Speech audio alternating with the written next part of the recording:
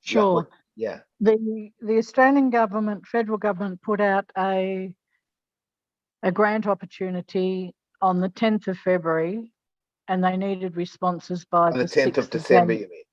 Yeah, sorry, and they needed responses by the 6th of January, which was, you know, more than a big stretch, because there are 3 weekends and 4 public holidays, and then it's standard. Everybody shuts down during that month anyway.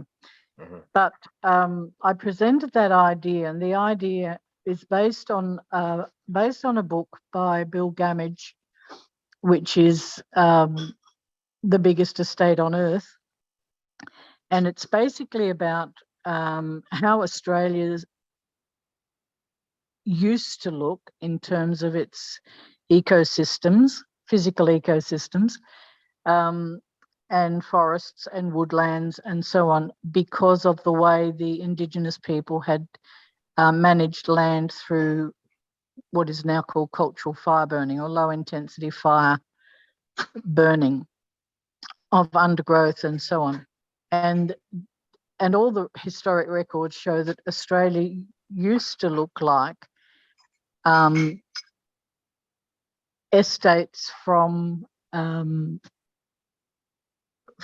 England or from Europe that had been, you know, well manicured and well maintained. When the colonisation happened, Indigenous people were not allowed to burn, and all sorts of other, you know, crazy rules came in. So that what we now have is these forest climate ecosystems, which, when a fire happens, it burns right up to the canopy. The, you know, wildfires, bushfires, you name it. And the grant was about creating resilient communities after and before and during disasters, usually being bushfires or floods. So, taking the biggest estate on earth premise, we created a grand plan which was to ways in which to restore the biggest planet on earth, the biggest estate on earth, through education, adaptation and adoption, and contextualization of those Indigenous land management techniques. We had a very steep mountain to climb. Herman was absolutely phenomenal in his support, and so much appreciation goes there. I bounced the idea against the group, because often you don't know if your idea is a swan or a duck, and the group unanimously supported it, which was fantastic. Herman picked it up and really ran with it, put a lot of time in, and I'm grateful for that. Ivan did similarly in making introductions. And so Herman introduced a lady called Sarah Van Gelder, who's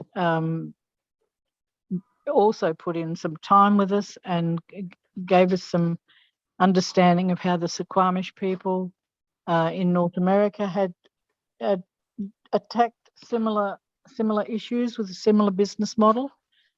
So, and then World Vision, Pearl Lee from World Vision has provided a letter of support, and it just sort of, it snowballed, and we got it in. I had 7 minutes left before. And what is that? So it's a grant of $10 million. Is that right?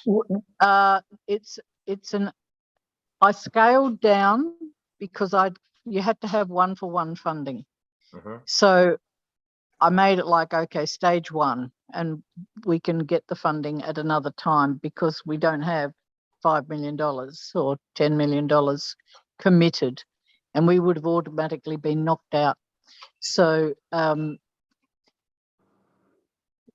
submission went in. We had 7 minutes to spare, got it done, and now we sit back for 6 weeks and wait. So what is the submission? Is like, what is the submission for? Is it for like $1 million? Is it for $500,000? What is the project is down at about 1.4. And we need matching funds for that, and you have that. I've said that we have that. Yep. Yeah. Okay. Good.